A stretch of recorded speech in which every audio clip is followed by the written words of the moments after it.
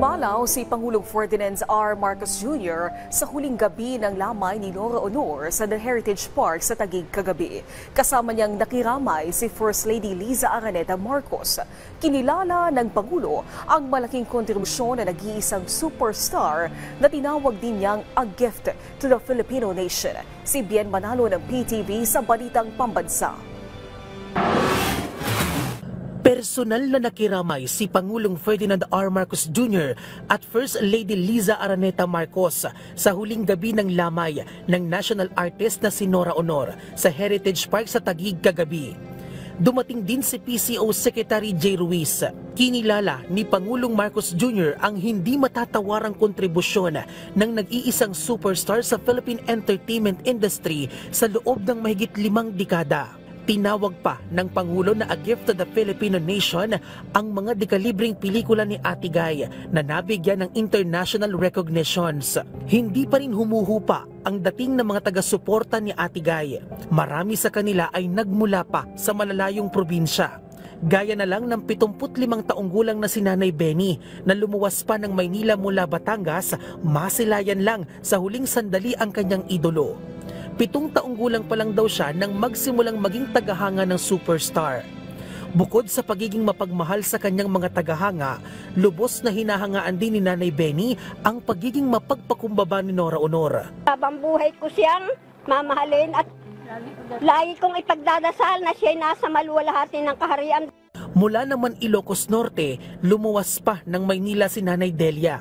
Mahigit 5 dekada na siyang Noranyan. Buhay ka uli, anak. Gusto ko makita kitang buhay, hindi pumanaw. Gusto ko siya na mabuhay pa sana uli. Pero rest in peace, Idol Guy Nora Honor. I love you, Idol. Mahal na mahal kita. Bumuhos din ang pakikiramay sa social media mula sa ilang personalidad sa showbiz. Kabilang na ang tinaguriang jukebox queen na si Imelda Papin. Eksklusibo pa niyang ibinahagi sa atin ang huling pag-uusap nila ng superstar bago ito bawian ng buhay. Plano po kami kung paano namin lalong ipagpatuloy ang pagsuporta namin kahit wala na po siya dito sa mundo. Pumanaw si Nora Honor noong Miyerkules ng gabi sa edad na 71 taong gulang. Ayon sa anak nito na si Ian De Leon, acute respiratory failure ang ikinasawi ng kanyang ina. Taong 2022 nang ideklara siya bilang National Artist for Film and Broadcast Arts sa ilalim yan ng Proclamation 1390. Dadalhin ngayong araw ang labi ng superstar sa Metropolitan Theater sa Manila para sa State Necrological Service.